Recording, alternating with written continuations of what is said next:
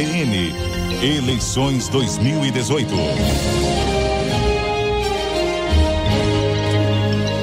A CBN inicia agora uma série de entrevistas com todos os candidatos ao governo de Minas. A ordem foi definida na última semana por sorteio, com a presença de representantes dos 9 candidatos. As entrevistas vão começar sempre nesse horário, às 11 da manhã, logo depois do repórter CBN. Hoje, nós recebemos aqui no estúdio o candidato da rede, João Batista Maris Guia. Amanhã será a vez de Jordano Metalúrgico, do PSTU. Dia 12, quarta-feira, o entrevistado será Romeu Zema, do Novo.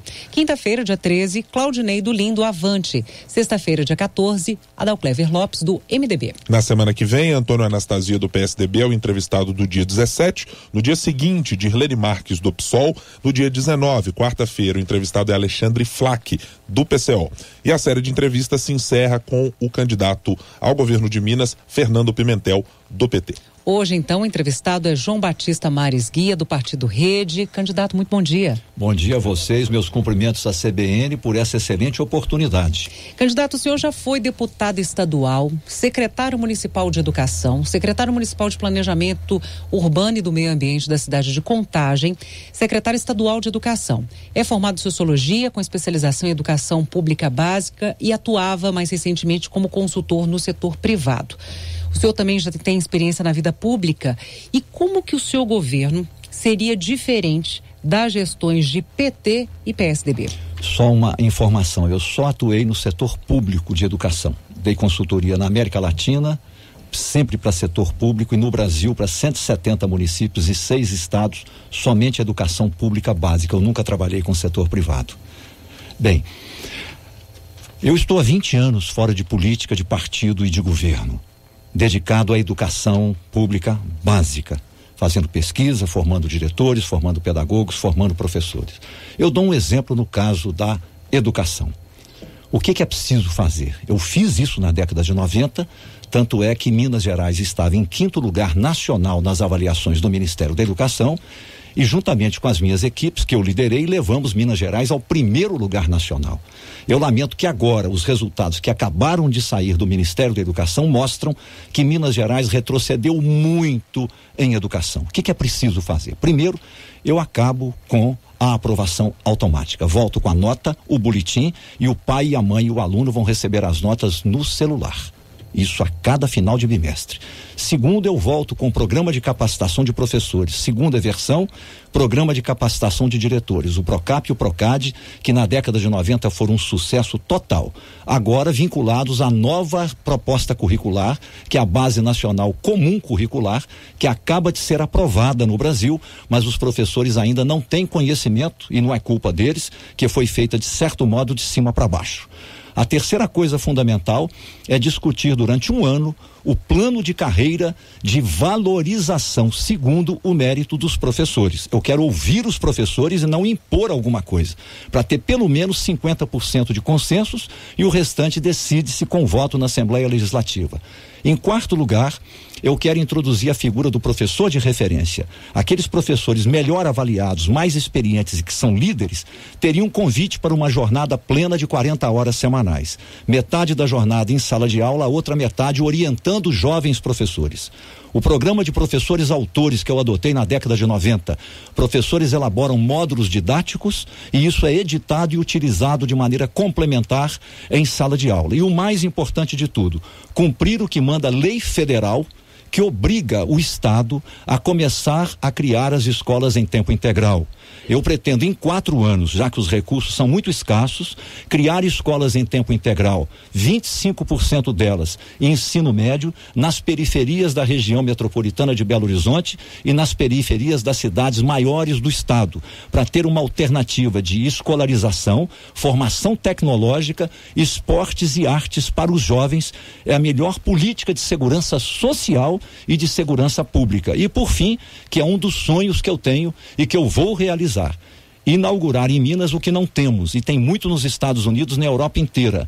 As faculdades de 2 anos de duração, tecnológicas, focadas em emprego, mercado do trabalho, somente para jovens das periferias, jovens pobres das periferias. Certificação semestral, 2 anos de duração, e eles entram no mercado com renda a começar de 4, 5 mil reais. Eu sacrifico tudo para fazer isso, mas nós vamos fazer uma revolução na educação e tirar Minas dos baixíssimos resultados que hoje temos. Infelizmente nós retrocedemos demais, isso é inaceitável, para colocar a educação em Minas em primeiro lugar. Se eu cumprir isso em 4 anos, eu acho que a missão está essencialmente cumprida. Candidato, o senhor citou lei federal e falou de remunerações, por exemplo, e mérito de professores. Há evidentemente o tema que toma conta de boa parte dos professores aqui na discussão com o Estado há muitos anos, passando por gestões de PSDB e de PT, sobre o pagamento de piso salarial para a categoria. Olhando para as contas do Estado, imagino a análise que a sua campanha tenha feito, é possível pagar o piso salarial e o senhor, se eleito, se compromete a pagá-lo em quanto tempo? É possível em até 1 ano, provavelmente em até 6 meses, se e somente se for feito o seguinte: 1, ajuste fiscal, cortar 25% dos cargos em comissão, reduzir o número de secretarias de 21 para 15. Ninguém perde o emprego com isso, que eles têm estabilidade. Você então ajunta 3 políticas públicas em uma só secretaria e toca o barco. Auditoria da Folha para eliminar excessos, eliminar privilégios, eliminar vantagens indevidas. Reforma patrimonial. O Estado é grande proprietário de fazendas, prédios, salas, terrenos, gasta com vigilância, gasta com custeio, não sabe quanto gasta. Estima-se que isso poderia resultar numa receita de até 2 bilhões de reais. É uma estimativa porque os dados não são claros. E ao lado disso, enfrentar os privilégios do Poder Legislativo, do Poder Judiciário e de algumas corporações do próprio aparelho de Estado governamental que estão com remunerações médias na faixa de 50 mil reais. Eles não são mortais, eles são imortais. Esses privilégios têm que acabar. Olha, chega assim um ponto que você paga parcelado o servidor e o professor, mas paga em dia os privilégios de quem ganha 50 mil reais. Isso é covardia moral. Isso tem que acabar, inclusive com negociação sendo feita. Isso é agenda negativa, é o que você tem que cortar e fazer. E o teto de gastos durante os 5 anos, como o PT do Ceará fez, eu quero aprender com a experiência deles, já estudei a experiência. Se o produto interno bruto de Minas subir mais do que 3%, então eu libero mais recursos para as políticas sociais. A única exceção é a educação. Vocês me perguntam, como é que você vai financiar as escolas em tempo integral para os jovens do ensino médio com tecnologias nas periferias? Eu vou aumentar o imposto sobre doações patrimoniais e heranças do limite de 5% que Minas pratica para 8% que a Constituição autoriza. 13 estados já fazem assim. Essa receita nessa rubrica de herança passa de 390 milhões de reais para 1 bilhão. Essa diferença eu vou vincular com a aplicação anual à expansão, criação e expansão de escolas de tempo integral para os alunos pobres das periferias metropolitanas e das grandes cidades, com formação em tecnologias, mais esporte e artes. Isso eu não abro mão. Esse dinheiro vai ser vinculado para as escolas em tempo integral. Portanto, eu tenho dinheiro para fazer isso. Candidato, o senhor falou, inclusive, dessa questão de ajuste fiscal e corte de 25% dos cargos comissionados no Estado. O senhor já tem uma ideia de quanto que isso poderia representar? Há uma dúvida sobre isso.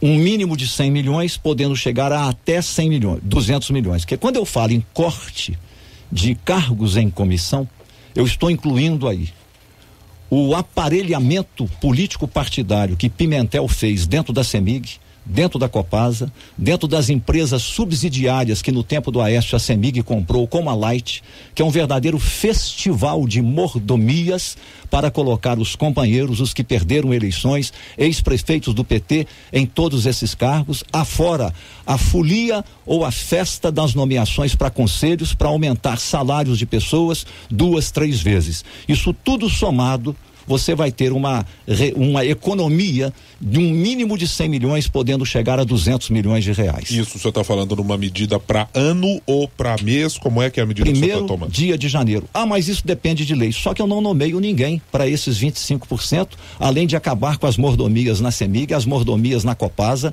acabar com a Copanor, que foi uma duplicação da Copasa, que inventaram no norte de Minas para atender clientelismo político regional e nada mais do que isso. É um horror o que fizeram com a máquina governamental e o abuso no aparelhamento de Estado. A Anastasia tinha 9 deputados indicados secretários para preparar a campanha presidencial de Aécio Neves. A festança começou ali e se amplificou com Pimentel, que inovou com a partidarização radical do governo ao nomear os companheiros em cargos públicos e transformar, por exemplo, a Secretaria de Educação numa espécie de biombo do PT. Deixa eu voltar num ponto que o senhor citou aí a respeito, por exemplo, de Copanor. A gente tem algumas empresas que volta e meia colocam-se em discussão aqui no estado para que sejam privatizadas no modelo próximo da CEMIG, privatizadas em sua totalidade. A discussão varia aí a depender do partido e a depender da proposta a ser trazida. O senhor citou a Copanor, queria incluir nessa lista Gasmig também. Muito bem. A ideia do senhor é privatizar essas empresas ou é extinguir, no caso da Copanor, e privatizar, por exemplo, a Gasmig? Ótima pergunta. Aliás, o secretário da Fazenda do governo do PT do Ceará, que é um dos melhores governos do país, você vê que o problema não é o PT, o problema é o Pimentel e o governo do Pimentel. Ele disse o seguinte: privatizar ou não privatizar, fazer ajuste fiscal ou não fazer ajuste fiscal não é uma questão ideológica, é uma questão de urgência, emergência. Ou faz, se não é crise e mais crise. Então não é uma questão ideológica. A pergunta é: por que criaram a Copanor? Para separar a parte da Copasa que era mais onerosa, que demandava muito mais investimento, que as distâncias de um município ao outro no norte de Minas são enormes e as populações rurais de agricultores familiares são em grande número. Então não levam água aos agricultores familiares porque é caro, custo-benefício caro. Então separaram a parte, por assim dizer, cara da Copasa em matéria de investimento, da parte, por assim dizer, altamente rentável. Para quê? Para colocar a Copasa na bolsa, vender ações e pagar dividendos. Que tal? Ao invés desse dinheiro ser aplicado em preservação ambiental, recuperação de nascentes, de cursos d'água, pequenos barramentos e atenção aos pobres do campo, agricultor familiar que não tem água, não tem saneamento, fazem por conta própria. Então eu vou acabar com a Copanor de uma canetada. Acabo com a Copanor, não nomeio ninguém até com lei na Assembleia eliminar a Copanor. E a Copasa, inclusive eu quero rever a questão da venda das ações. Qual foi o ganho que Minas Gerais e a Copasa tiveram com venda de ações? Quem tem ganho são os donos de ações que ganham dividendos e aliás não pagam imposto de renda algum sobre os dividendos, que é o único país do mundo que quem aplica no mercado financeiro e tem dividendo não paga imposto de renda. Isso é uma calamidade para o governo do PSDB, governo do PT, protegeram a especulação financeira. Todos protegeram a especulação financeira. Eu quero reverter isso tudo, porque tem caroço debaixo desse angu. Tem coisa que não está esclarecida. CEMIG, então, é um horror. Começou com a Aécio. Comprar a Light, sair comprando hidrelétricas por aí, e fizeram um estoque de capital para supostamente manter as 4 grandes hidrelétricas que finalmente a CEMIG perdeu nos leilões. E esse dinheiro foi gasto, não se sabe ainda como. É simplesmente um horror. A CEMIG foi projetada na crise, ela já valeu mais de 100 bilhões de reais em bolsa, hoje ela não vale 5 bilhões em bolsa. Não vale 5, a despeito ainda da defasagem tecnológica, que ela investiu somente no que ela soube fazer muito bem ao longo do tempo. Hidroelétricas para geração elétrica a partir da origem hídrica. E não fez renovação tecnológica. O senhor citou, portanto, uma canetada para acabar com a Copanor. E o caso da Gasmig, é de privatização, é de que modelo o senhor entende para a empresa? É a primeira empresa a ser privatizada. Não tem sentido Minas Gerais, o governo do estado, administrar produção, transporte e venda de gás. Isso não faz o menor sentido. Isso certamente está servindo para quê? O que Pimentel está fazendo. Entregou a Gasmig para o deputado João Magalhães, que pôs lá o irmão dele. E esse João Magalhães, se vocês verem o perfil dele, ele não tem folha de serviço, ele tem folha corrida policial. E ele controla a Gasmig hoje através do irmão. É isso que foi feito com Minas Gerais. Eles lotearam capitanias hereditárias às secretarias de Estado. Começou com a Anastasia. 9 deputados, não é que o deputado não seja capaz de Mas um deles foi o Nárcio Rodrigues, que inclusive depois foi acusado de corrupção, preso e está sendo processado. Então é isso que fizeram com Minas Gerais. O resultado líquido é estagnação econômica. Não houve nenhuma diversificação da atividade econômica sob Anastasia e sob Pimentel. As mineradoras fazem o que querem, não sou contra a mineração, mas elas vão ter que cumprir um protocolo ambiental e vão ter que cumprir um compromisso em plano de negócios de diversificação do investimento. Parte da lucratividade que é garantida, porque eles não têm risco algum, vai ter que ser aplicada em diversificação da atividade econômica ali onde eles mineram. Por exemplo, transformar minério em produto metalúrgico, em produto siderúrgico. Não fazem, ninguém cobra, eles fazem o que querem e pagam de imposto somente 3,5%, que é lei federal para protegê-los, enquanto no Canadá é 17%.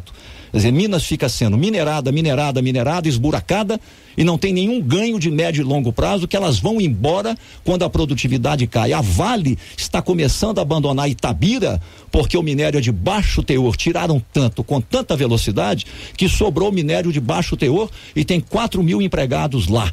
E quando ela for embora, está migrando cada vez mais para o Pará. O que será dos 4.000 empregados? O que ela vai deixar no lugar?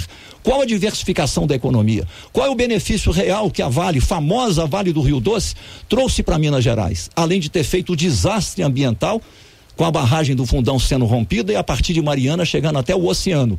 E o atual governador Fernando Pimentel, ao invés de ir para Mariana, solidarizar-se com o povo e condenar o que a Samarco, a Vale e a australiana, a sócia dela, fizeram, ele foi para dentro da sede da Samarco para manifestar solidariedade a Samarco de costas para o povo de Minas Gerais. É uma desqualificação ética e simbólica total. Um governador subalterno e a serviço de uma mineradora que causou a maior catástrofe ambiental no país. E essa foi a atitude desse governador atual. Candidato, a gente ainda vai falar mais dessa questão ambiental, mas o senhor falou agora há pouco a questão de nomeações, de irmão, e eu ia citar que o seu irmão, o ex-ministro Valfrido dos Mares Guia, foi investigado, suspeito de participar do Mensalão Mineiro, um esquema de desvio de dinheiro público, isso em 1998, para a campanha de Eduardo Azeredo. Só que em 2014, a Justiça de Minas decretou extinta a punibilidade do Valfrido dos Mares Guia, porque entendeu que as acusações de peculato e formação de quadrilha prescreveram em 2012, quando o seu irmão completou 70 anos. Caso o senhor vença, o seu irmão poderia ser chamado para compor alguma secretaria ou então alguma função no seu governo? Não há nenhuma hipótese. Primeiro que eu aprendi com meu pai. Por quê? Que colocar parente, isso é conceder privilégio, isso é nepotismo, isso é eticamente condenável. Não pus um parente quando fui secretário municipal, quando fui secretário de Estado. Aliás, não levei grupos de amigos para dentro de secretaria, valorizei o profissional da carreira, selecionando pela qualificação, pelo mérito. Agora, o Valfrido é um matemático, um físico-químico, um grande empresário. As virtudes dele, infelizmente, não são as minhas, mas os problemas que ele tem, eventualmente os erros que ele cometeu, ele, que é 6 anos e meio mais velho que ele, adulto que eu, ele que responda por isso. Eu não tenho absolutamente nada a ver com isso. Nos respeitamos, convivemos muito bem, os irmãos, somos 8, 2 morreram, tem uma fraternidade. Agora eu não discuto política com ele, porque a posição dele é pró-Lula. A posição dele é desde 2003 vinculado aos governos de Lula e de Dilma Rousseff. E eu sou oposição aos governos do PT, não sou anti-PT, sou oposição. Ele pensa de um modo, eu penso de um modo muito diverso, muito diferente, em economia, na questão social e no que respeita também à questão política. Agora, nos respeitamos profundamente. Qual é o alinhamento dele nessas eleições? Ele é que vai ter que dizer, porque ele tem historicamente um vínculo muito forte com Lula e também com Fernando Haddad. Então não sei, se ele alinhar-se nacionalmente ao candidato do PT, não adianta dizer que me apoia em Minas, que isso resultaria indiretamente que seja num alinhamento com o candidato do PT em Minas Gerais. Mas isso não altera o nosso relacionamento de décadas, que irmão é, como diz o Guimarães Rosa, é o demarcado. Agora, isso não significa uma renúncia à minha consciência crítica. Se ele cometeu erros, ele tem que responder pelos erros que ele cometeu, não eu. Por falar em participações em governo, na sua participação como secretário adjunto e depois como secretário efetivo na educação aqui em Minas, no governo Azeredo, a gente tem o ex-governador condenado. Como é que o senhor se sente sabendo que um ex-chefe seu do comando do governo está preso pelos crimes de peculato e lavagem de dinheiro? Eu tenho 3 tristezas enormes no coração. Uma, Lula. Quem trouxe Lula a Minas pela primeira vez fui eu, que eu fui fundador do PT, fui o primeiro deputado eleito. O Lula vinha a Minas, eu já deputado, ele ficava hospedado no meu apartamento, modesto. Meu filho, Tiago, que hoje tem 44 anos, passava para o quarto das irmãzinhas, o Lula ficava lá. Tivemos uma convivência fraterna. Eu tinha por ele uma verdadeira admiração, sem perder a razão crítica. A história de vida pessoal do Lula é uma epopeia. A inteligência do Lula, ter chegado onde chegou, fundar um partido, presidi-lo, ser eleito presidente, fez um excepcional primeiro governo. Teria sido em todos os tempos o melhor presidente do país e um líder mundial não fora o Mensalão. Ele pessoalmente não tem nada a ver com o Mensalão. Foi José Dirceu e a direção do partido e o silêncio complacente, obsequioso, irresponsável das elites intelectuais do PT, das elites parlamentares e das elites sindicais. Como o Mensalão não gerou dentro do próprio PT mudança alguma de visão ética, ao contrário, transformaram o Zé Dirceu em herói de ocasião e só condenaram o Zé Dirceu quando souberam mais tarde que ele pôs dinheiro no próprio bolso. Isso abriu campo para, no segundo governo Lula, a corrupção se instaurasse no poder e no governo e dirigisse o governo. Fomos descobrir isso 9 anos mais tarde com a Operação Lava Jato. Lamento, teria sido o melhor presidente do Brasil de todos os tempos. Eu separo a situação penal do Lula histórico, que eu admiro e continuo admirando, mas eu não permito, eu não aceito que ninguém esteja acima da lei e acima do bem e do mal. Cometeu erro, tem que pagar por ele. Chego no caso do Eduardo Azeredo. Eduardo Azeredo, na minha visão, foi o melhor governador que Minas teve nas últimas décadas. É fácil demonstrar isso, mas não é o assunto da nossa entrevista. Eduardo Azeredo é um homem que tem 2 imóveis, não tem fortuna alguma. Ele não roubou rigorosamente ou não furtou nada. O que aconteceu na campanha, que ele tem que responder por isso, é: pessoas da condução da campanha fizeram um convênio absolutamente condenável com a Copasa, CEMIG e Codemig, e houve uma transferência de acho que 4,5 milhões para um evento que objetivamente resultou em benefício à campanha eleitoral de Eduardo Azeredo. Como ele era o governador, ainda que pudesse não saber, mas ele era o responsável, ele não tinha o direito de não saber. Como ele era o candidato a governador, ele foi o beneficiado. Portanto, ele tinha que ser punido. Agora, foi uma punição absolutamente desproporcional. É doloroso saber que é uma pessoa correta, até as pedras sabem, até os adversários sabem que isso é verdade, mas cometeu esse erro. E como governador e candidato, ele tinha que pagar pelo erro cometido. E o senhor acha que essa é uma avaliação válida e que deve valer, inclusive, para o senhor, como eventualmente eleito para o governo, de que, ainda que possam acontecer crimes de corrupção, mas que, se o senhor seja o beneficiado, deve ser punido como aconteceu no caso do senhor? Eu sou o primeiro. Se eu escolher alguém que depois me decepcione, que tenha cometido algum tipo de delito, eu como governador eleito, que fui o responsável pela escolha, eu tenho que, de alguma forma, pelo menos moralmente diante da sociedade, reconhecer que escolhi errado, tomar a providência. Se no meu governo acontecer algum secretário, pode ser amigo fraterno, mas todos sabem como é que eu sou. Amigo é uma coisa, está na esfera da vida privada, das minhas escolhas afetivas. Agora, na área pública, eu não tenho amigos. Eu tenho respeito, convivência, solidariedade, liderança, mas lei acima de tudo e conduta ética acima de tudo. Se acontecer uma suspeição, mesmo que não haja nenhuma evidência, já vão saber. Pede licença, sai do cargo e vá se defender. Defendeu-se, provou a inocência, volta para o cargo com meu apoio público. Se não conseguir mostrar que não tem culpa no cartório, não volta ao governo. Errou, responda pelo erro. É adulto, responda pelo erro. Chama-se ética da responsabilidade. Eu tenho opções, eu faço escolhas. Se eu faço escolhas, presumivelmente, eu as devo fazê-las com responsabilidade individual e social. Fez as escolhas, responda por elas. Candidato, o senhor já foi do PT e já foi do PSDB.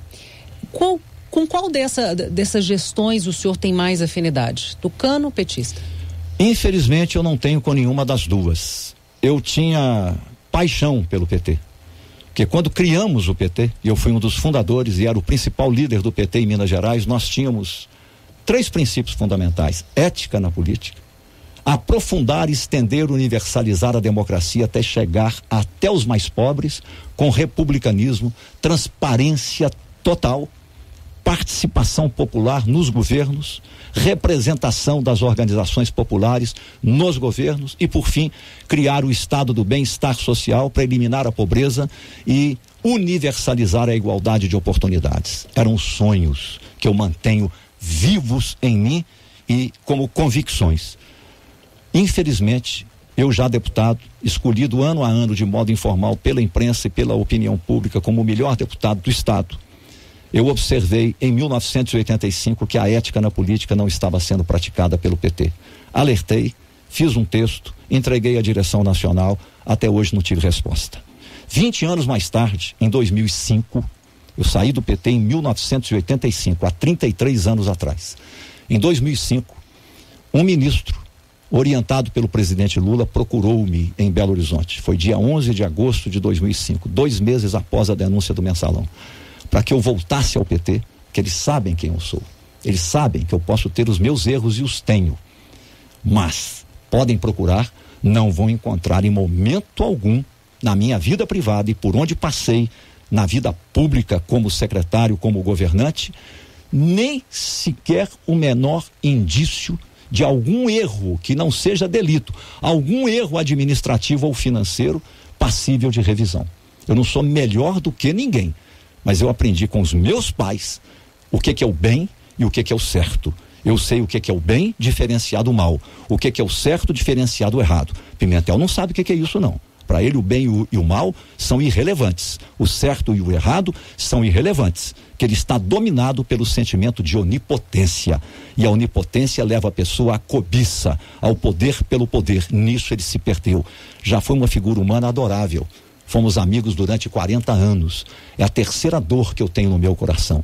Eu desejo de coração que o Pimentel demonstre que essas acusações de corrupção e lavagem de dinheiro que pesam sobre ele e fizeram dele um réu pela lei penal, que ele é inocente. Só que o tempo passa e ele não consegue comprovar absolutamente nada. A única defesa que ele faz é acusar o tal do Bené, que era o operador financeiro e coordenador das campanhas dele, de ter feito as traficâncias independentemente da vontade de Pimentel. Acredite nisso quem quiser. Eu lamento muitíssimo que Minas Gerais, que sempre foi um exemplo de conduta correta na vida pública, mesmo vindo de conservadores e até de governadores que foram nomeados pelos militares à época da ditadura militar, como Rondon Pacheco de Uberlândia, Aureliano Chaves de Itajubá e o próprio Francelino Pereira, eram homens de classes médias.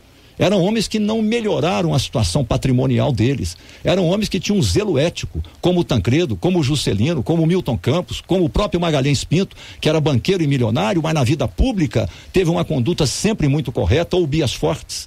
E de repente nós temos hoje em Minas Gerais Aécio Neves, 2 vezes governador e candidato a presidente, que os mineiros apreciavam. É um impostor. Condenado ainda não, mas processado como réu pela lei penal. Corrupção, lavagem de dinheiro, e aquela declaração gravada, filmada, que ele até mandaria matar se eventualmente alguém o denunciasse, a traficância que ele fez com o grupo JBS. Você citou 2 grupos especificamente, com críticas a PT, a PSDB, e o senhor já falou em um outro determinado momento durante essa campanha de que PT, MDB e PSDB são 3 becos sem saída, de alguma maneira. Evidentemente, como ex-parlamentar, o senhor sabe que terá que compor com integrantes possivelmente dessas legendas se eleitos na Assembleia Legislativa e também no trato com deputados federais desses partidos também. Quais desses partidos poderão integrar eventualmente a sua base, ou com quem o senhor enxerga ter mais afinidades forçosamente necessárias para atuar juntamente com eles na Assembleia? A propósito, é bom lembrar que a Anastasia, candidata a governador, vinculado a Aécio Neves historicamente, que até agora não fez uma crítica à conduta de Aécio Neves na condição de réu. O silêncio de Anastasia fala muito alto sobre a omissão dele. Se ele quer ser líder, ele tem que se manifestar e orientar os mineiros a esse respeito. É a mesma omissão do PT ao longo do tempo face à corrupção, e deu no que deu. Sim. É bom lembrar que a Anastasia caçou Dilma, foi decisivo. Acusação, pedaladas fiscais. É grave? É. Mas será que o remédio não foi duro demais, desproporcional? E o mesmo Anastasia, que caçou Dilma por pedaladas fiscais, salvou Temer, junto com Aécio, no Congresso Nacional, 2 vezes acusados de formação de quadrilha, crime de corrupção, crime de lavagem de dinheiro. Onde está a coerência de Anastasia? Mas vamos voltar aqui, candidato, para a nossa realidade micro, digamos, aqui de Minas Gerais. A aliança. PT, MDB, PSDB. Essas legendas possivelmente estarão representadas na Assembleia e na Câmara Federal. Certamente. Com esses integrantes, como o senhor fará para dialogar com eles, para que eles formem eventualmente a sua base de governo, levando-se em conta a condição em termos de parlamentares em quantidade que o seu partido tem hoje no plano nacional e estadual? Eu tenho mantido uma linha na campanha que eu quero, se eleito, dar continuidade a ela. Buscar um alinhamento com os empresários de Minas, buscar um alinhamento com os prefeitos de Minas, buscar conversas civilizadas com lideranças políticas de todos os partidos políticos, para identificar em cada partido os melhores quadros. A rede está começando, é muito frágil, ainda não é um partido político. No presidencialismo de coalizão criado com a Constituição de 88, se vocês observarem, nenhum presidente governou com maioria estável, nenhum governador governou com maioria estável. Você tem socialistas no parlamento, social-democratas, centristas, a direita liberal, centro-direita civilizada democrática e até a extrema-direita. Você é capaz de encontrar pessoas de qualidade ética, pessoas de qualificação técnica, pessoas de espírito público e boas em todos os partidos. Eu gostaria de governar formando um secretariado com 70% dos secretários selecionados nos interiores. Eu fui a 162 municípios em Minas Gerais. Encontrei lideranças da mais alta qualificação. Por exemplo, o presidente da Copa Mil, a cooperativa do agronegócio da cidade de Iraí de Minas, um jovem qualificadíssimo, poderia ser o secretário de Estado da Agricultura. Agora, quem é que vê essas pessoas? Tem que ir ao interior. Eu gostaria de 70% vindos do interior, independentemente do partido, que sejam apenas comprometidos com a democracia, com a ética na política e tenham qualificação técnica. Os deputados, quando você coloca diante deles uma questão que é o interesse público geral, o que eles querem saber é se o outro partido não vai ser contemplado e beneficiado. Se você conversa com transparência e negocia o interesse público, genuinamente o interesse público, é possível você fazer coalizões e obter maioria para votar bons projetos. O melhor exemplo disso no Brasil foi a votação da Constituição de 1988 na Constituinte, que ela tinha uma dominância conservadora e liberal de centro-direita. No entanto, aprovou-se uma Constituição de centro-esquerda, com avanços sociais notáveis, o projeto mais socialista do Brasil, que é o SUS, e a ideia da participação popular em formas de controle e tomada de decisão em governos. Então, pelo que eu entendo, o senhor não considera necessário ter uma base absolutamente estável. O senhor considera que possa ter no seu governo uma base que seja mais volátil e que não seja necessariamente composta simplesmente por um bloco de partidos, esteja do lado de PT, PSDB ou MDB. Para ser realista, é altamente improvável que eu consiga uma base estável, duradoura, permanente, como é altamente improvável que qualquer governador ou presidente da República o consiga nesse sistema político de 35 partidos. Bom, a gente está conversando com o candidato ao governo de Minas, João Batista Maris Guia, do Partido Rede. Candidato, o senhor tem alguma proposta com relação à mudança na Previdência do Estado? Tenho. A primeira coisa é salvar o Hospital do Ipseng, que é um hospital central de referência e que concentra, eu diria, mais de 90% das cirurgias de alta complexidade, para evitar o que eu vi em Turmalina. A professora Paloma, de língua portuguesa e literatura, há 1 ano na fila esperando para fazer uma cirurgia de vesícula. Não é culpa dos médicos do Ipseng, é o abandono a que o Ipseng foi submetido. Em segundo lugar, o Ipseng atende o servidor público. O servidor público, não é atenção pelo SUS. Eu gosto muito do modelo que foi adotado pelo Ipseng no Vale do Aço. Fez uma parceria com um excelente hospital de referência, o Márcio Cunha, que pertence aos Minas, uma empresa privada. O hospital tinha capacidade ociosa, foi feita uma parceria e os servidores estão muito bem atendidos na região.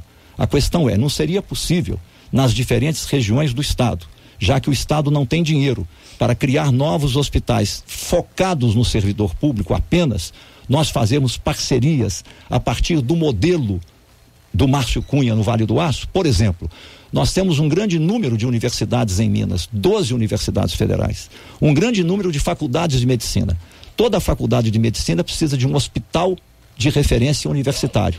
Não seria possível parceria com os hospitais universitários que são públicos, federalizados, vinculados às universidades federais, para atender os nossos servidores do IPSENG e evitar o transtorno pelo qual a Paloma passou e respeitá-los, para que eles tenham tranquilidade de que a saúde pública os protege? Mas como é que não faria isso no orçamento, candidato? Eu quero entender a lógica desse modelo.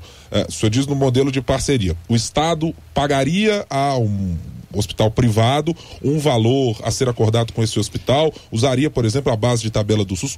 Qual é a lógica que o senhor pretende nesse caso? A lógica, primeiro, é a base de tabela do SUS, eventualmente acrescida da própria contribuição previdenciária que o servidor hoje faz. Esse é o limite financeiro que nós temos. Como esses hospitais, os hospitais universitários não são privados, são públicos. Eles têm convênios com o governo federal e são vinculados a universidades. Eles precisam do público ser atendido, para que os estudantes de medicina aprendam medicina orientados pelos professores altamente experientes. Nós viabilizaríamos esta, por assim dizer, rede em cooperação ampla. Agora, problema tão grave ou muito maior que esse é o fato de que hoje nós temos uma hiperatrofia da rede de hospitais na área de terceiro grau, que são de alta complexidade, que são insuficientes em número, mal distribuídos no enorme território de Minas Gerais, e no entanto nós temos 8 hospitais regionais que começaram a ser construídos por volta de 2011 no governo Anastasia e foram paralisados no ano de 2013 no governo Anastasia, quando a Anastasia instaurou em Minas a crise fiscal e parou de ter sequer R$1 para fazer investimento com recurso próprio. Então tem uma prioridade número 1, que aí é SUS. 8 hospitais regionais, como o de Sete Lagoas, Teófilo Otoni, Lafayette, Divinópolis e etc., bem distribuídos no território, que poderiam melhorar significativamente o atendimento na esfera terciária da alta complexidade, que são as cirurgias eletivas ou a urgência e emergência. Agora a pergunta é, de onde virá o recurso para isso? Vamos ser realistas e deixar a coisa clara. Vocês viram recentemente o estudo que saiu publicado em toda a imprensa, mostrando que a década atual, que termina em 2020, será a segunda década perdida, que a primeira foi a de 1980. Na década de 80, o produto interno bruto brasileiro cresceu 1,4% ao ano apenas. E agora, nesta década atual, 1,02% apenas. Mais a crise fiscal do governo federal, logo nós não teremos, pelo menos nos 2 primeiros anos, nenhum dinheiro federal para investimento e transferência. Quem disser o contrário, prezados jornalistas, estará cometendo auto-engano e enganando a população. Como é que nós vamos fazer para retomar os 8 hospitais regionais que estão paralisados? Eu penso que é possível nós negociarmos a parceria que o Estado tem com o Grupo Moreira Salles para a extração do nióbio em Araxá, que é o maior jazimento mundial de nióbio, que é um mineral estratégico, para melhorarmos a posição relativa de Minas Gerais, que hoje obtém entre 600 milhões e 700 milhões ao ano, que vão para o Estado através da Codemig, para ver se podemos chegar a pelo menos 1 bilhão. E esse diferencial de 300 milhões, ele seria dedicado nos 2 primeiros anos a retomar as obras dos 8 hospitais que estão paralisados desde 2013, equipá-los e aí sim fazermos as parcerias para operar esses hospitais de novo com as 12 universidades federais, gerando hospitais universitários de atendimento universal para toda a população, o SUS, que dinheiro orçamentário não tem. Dinheiro do orçamento são 98 bilhões de reais projetados para o orçamento de 2019. E Pimentel está deixando 3 vezes mais déficit fiscal do que a Anastasia.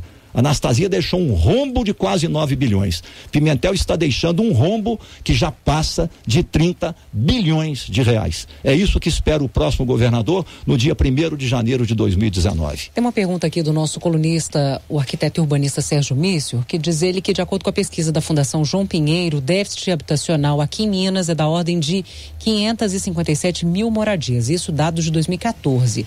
Na região metropolitana de BH, o déficit habitacional é de 158 mil habitações. E ele quer saber como é que o candidato pretende eliminar esse déficit e utilizando que recursos. A melhor política pública habitacional, não há por que negar, é exatamente a política pública que tem o nome hoje de Minha Casa Minha Vida e merece continuar com esse nome. É mérito daqueles que a criaram. Você faz em parceria. As prefeituras ajudam com a doação de terreno, mas eu evitaria as concentrações de, por exemplo, 1.000 famílias em um só local, concentrações de até 400 famílias, com um mínimo de equipamento urbano, e essas pessoas financiariam a própria casa própria, na forma do Minha Casa Minha Vida, uma vez que o financiamento vem de organismos financeiros do governo federal, que é dinheiro que está disponível para isso, e essa carteira precisa aumentar, seja via BNDES, seja via Caixa Econômica Federal. É a melhor política pública de habitação. A segunda política pública de habitação, no caso metropolitano, eu fui um dos autores da lei do Pró-Favela. Lutamos por ela desde 1974, quando eu era membro da Federação de Vilas e Favelas de Belo Horizonte, até 1984, quando conquistamos a lei que deu título de propriedade do chão, do lote da favela, aquele traçado irregular, a todos os atuais moradores das favelas. Então, para melhorar a qualidade da habitação, o banheiro e coisas desse tipo, eu acho que o Minha Casa Minha Vida deve criar uma carteira nessa linhagem, para melhorar a habitação existente e não apenas construir a habitação. E a terceira coisa é a regularização fundiária do chão, onde a pessoa construiu o seu barracão, a sua casa, e fazer ali. Eu acho que isso seria a melhor política habitacional que nós iríamos praticar aqui em Minas Gerais. Candidato, quero dar um passo atrás para retomar um ponto que foi tocado pelo senhor a respeito de privilégios. O senhor diz no seu programa de governo que Poder Judiciário, Ministério Público Estadual, Poder Legislativo, Advocacia Geral do Estado, Secretaria de Fazenda e a Oficialidade Superior da Polícia Militar acumulam privilégios corporativos e egoístas. Eu queria que o senhor fosse objetivo e citasse para que o nosso ouvinte saiba exatamente alguns desses privilégios e quais o senhor vai cortar. Olha, eu tenho apreço e tenho, francamente, emocionalmente, gosto pela Polícia Militar. As pessoas são ótimas. Os que eu conheci são todas pessoas muito boas, muito éticas, muito íntegras. Agora, policial tem que ganhar bem, professor também tem que ganhar bem. Não é razoável o coronel da Polícia Militar ganhar R$32.500, eu não discuto. Mas não é razoável aposentar aos 48 anos de idade, 49, 50 anos. Minas Gerais suporta isso? A sociedade suporta isso? Aí vocês diriam, bem, mas você está transformando os oficiais da Polícia Militar numa espécie de peso nessa história toda. Não.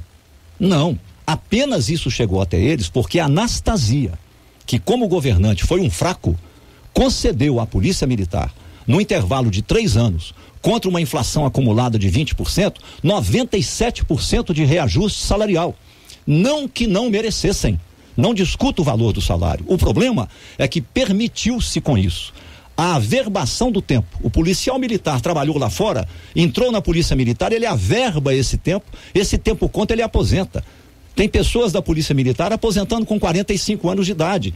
Antes de criticar a Polícia Militar, eu critico o governo que permitiu que isso acontecesse. Então, mas certamente a Polícia Militar pressionou para que isso acontecesse. Então o senhor tiraria, por exemplo, a averbação, a possibilidade de cara eu acabo com a averbação. E acho também, até que os policiais militares concordam com isso. E isso aumentaria o tempo para que o policial militar se aposente? Eu não posso falar isso, porque eu seria irresponsável, que isso é prerrogativa de legislação federal vinculatória que vai cair no capítulo da reforma previdenciária. Sim. Eu defendo o teto pelo INSS, quem quiser complementa com capitalização o seu fundo de aposentadoria, e defendo a idade mínima, mas no caso das polícias e dos professores, eu creio que cai na categoria da exceção, com regras de transição, pelas características das funções que exercem. Por exemplo, um policial que chegasse aos 50 anos e faz patrulhamento de rua, é desumano que a pessoa prossiga fazendo patrulhamento de rua.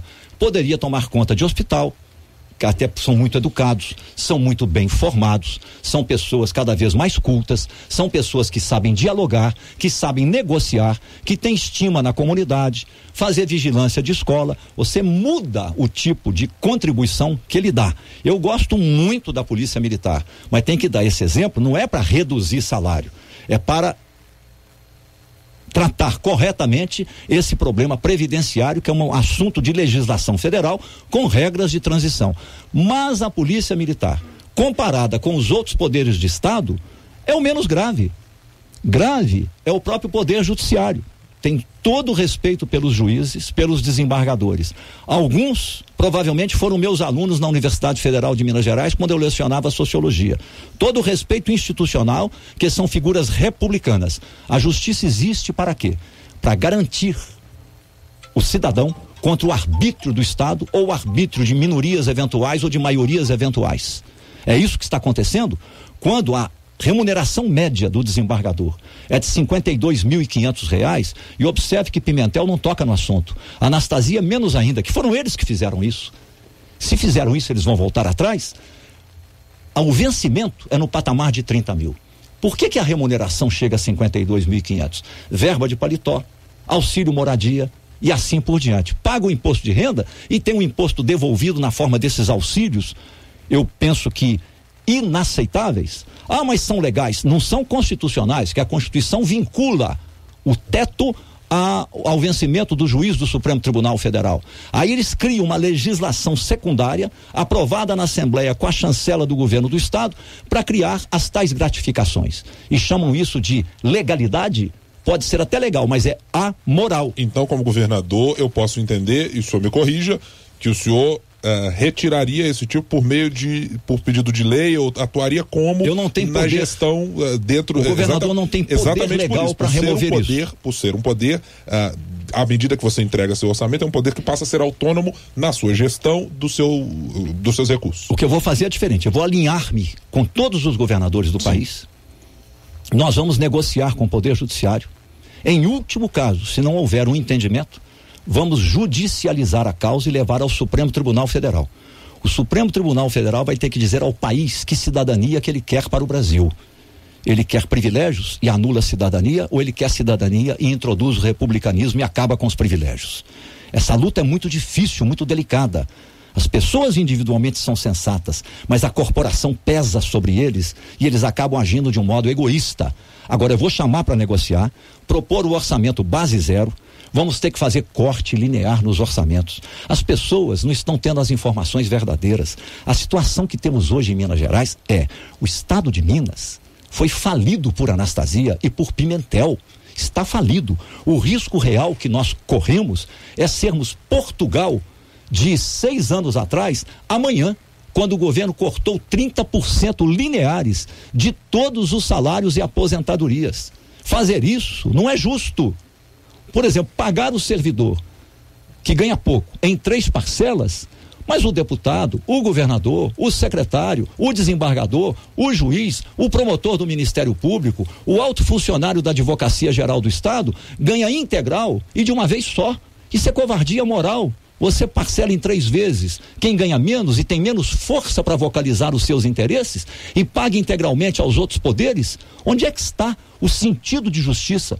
Onde é que está a exemplaridade ética de um governador que permite que uma coisa como essa seja feita? Vamos chamar os desembargadores, são homens cultos, são homens que têm cultura jurídica, cultura para prestar serviço de justiça. Não é possível que, sendo pessoas razoáveis, de espírito democrático, formados para praticar a justiça, que não compreendam que nós estamos entrando em Minas Gerais numa situação de crise mais grave, que hoje é econômica e é fiscal, e amanhã ela vai ser social, que a desigualdade aumentou em Minas Gerais, a pobreza aumentou em Minas Gerais, 1.200.000 desempregados, 400 mil deles jovens nas periferias, é o nem escola e nem trabalho. Eles vão fazer o quê? É por isso que eu quero escola em tempo integral, com música, cultura, artes, esportes, tecnologia e formação, focado no mercado, em cima deles, levar essas escolas lá, São Benedito e Palmital,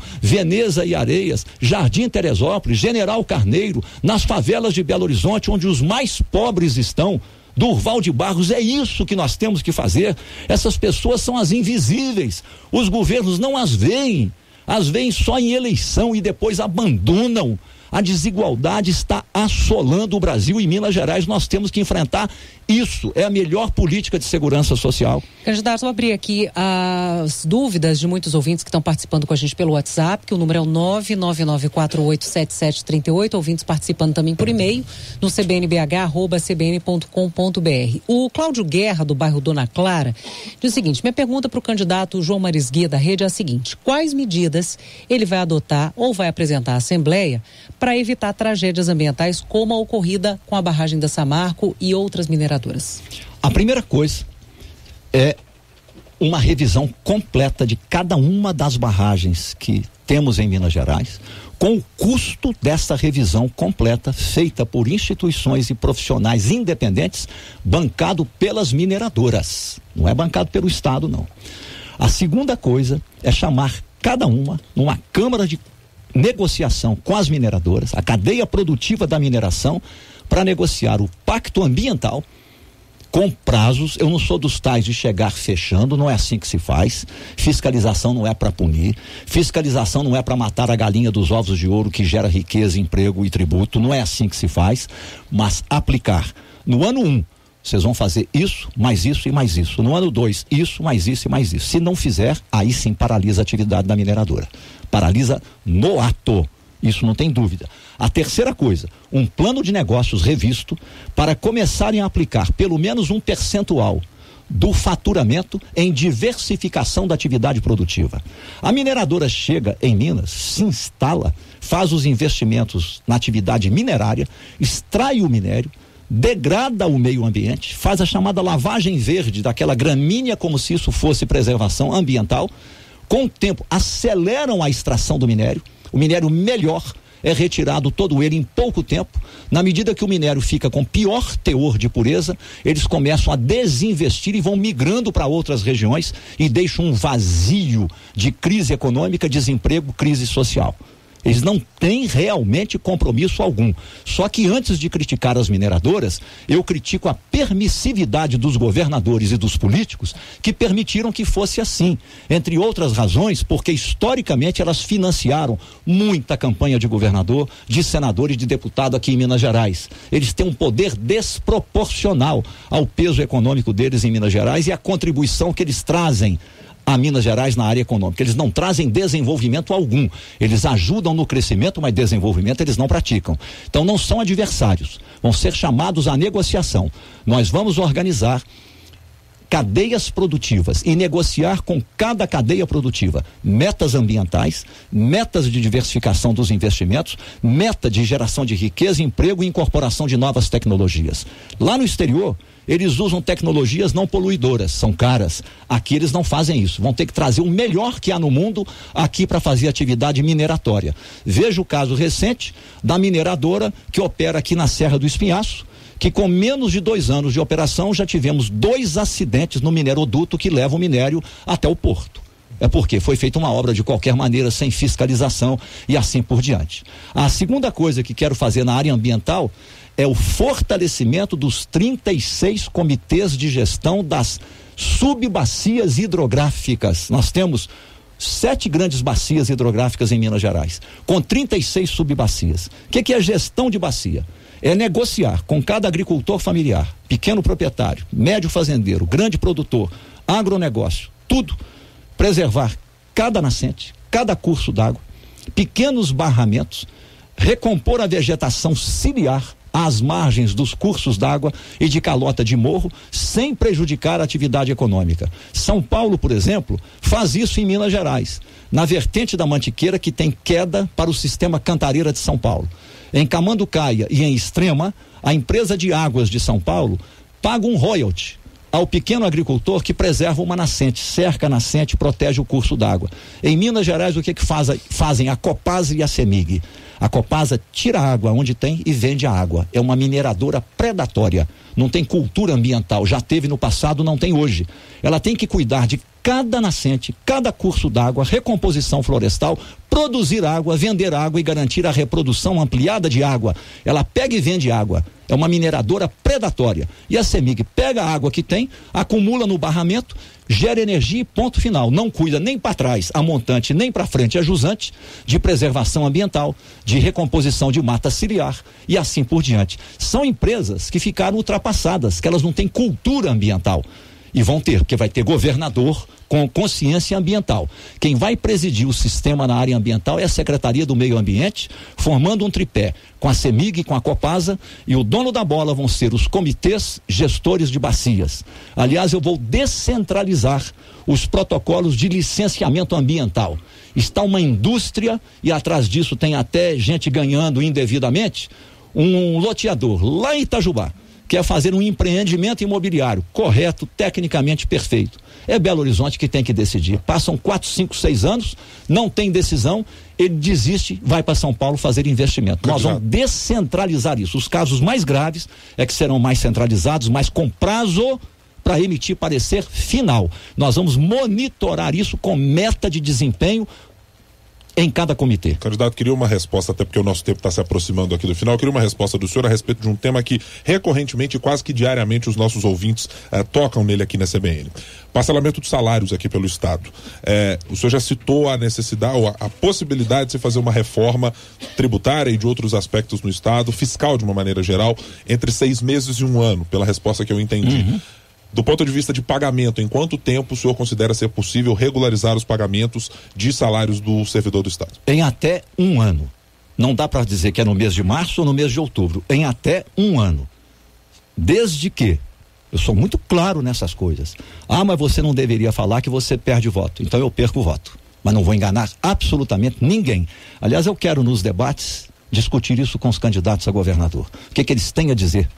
Quero ver se alguém diz uma data para colocar a casa em ordem nesse sentido. Em até 1 ano, fazendo aquele para-casa fiscal que eu falei, ao mesmo tempo retomando o crescimento econômico, nós vamos dividir Minas em 24 territórios de desenvolvimento econômico sustentável. Em cada território, prefeitos, presidentes de câmara, líderes empresariais e de movimentos sociais.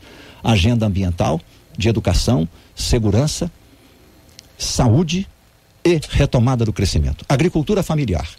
A agricultura familiar pode ser revolucionária, ela pode ser negócio capitalista de mercado empreendedor, incorporar novas tecnologias, só que o Banco do Desenvolvimento de Minas Gerais não enxerga a agricultura familiar.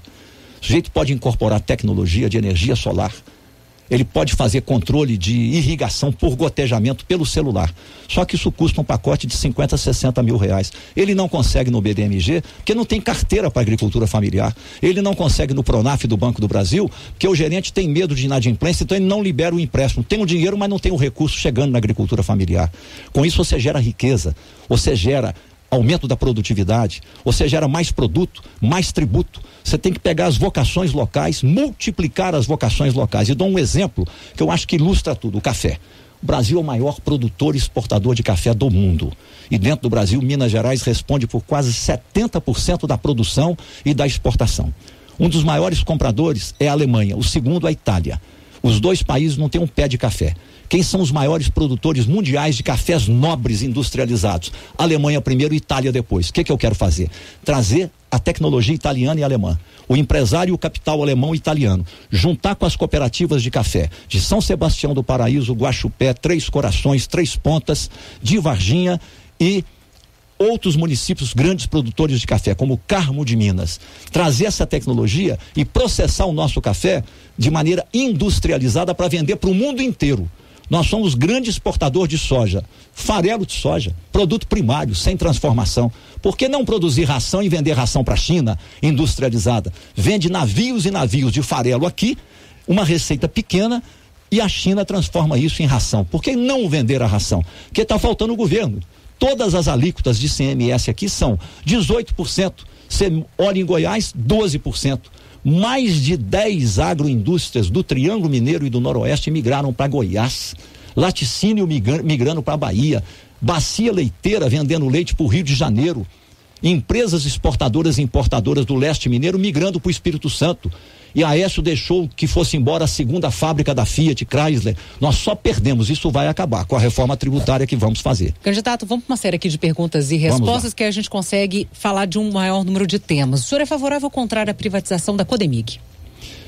É uma questão a ser muito bem estudada, ela gera quase 800 milhões, é ver o que é melhor para Minas Gerais. Em princípio, eu iria com muita cautela, mantendo como se encontra, ampliando o pacto com a empresa sócia para aumentar a receita mensal. Se isso não for viável, aí sim privatiza. Favorável ou contrário ao fechamento do Palácio Tiradentes na cidade administrativa? Isso é uma demagogia completa. Eu vou trabalhar lá, perto dos servidores públicos. O que eu vou é fechar 6 secretarias, vou ter 15, portanto eu posso economizar uns 4, 5, 6 andares de um dos prédios e eventualmente colocar ali um centro empresarial. É favorável ao modelo PPPs, que é a parceria público-privada em penitenciárias? Com todas as cautelas, nós temos que ver custo-benefício, os benefícios, quem sabe o investimento que você está fazendo numa PPP, que o meu modelo que eu tenho na cabeça é criar as APACs. Separar o preso barra pesada do preso eventual. E o preso eventual nas APACs com recuperação. CBN, eleições 2018.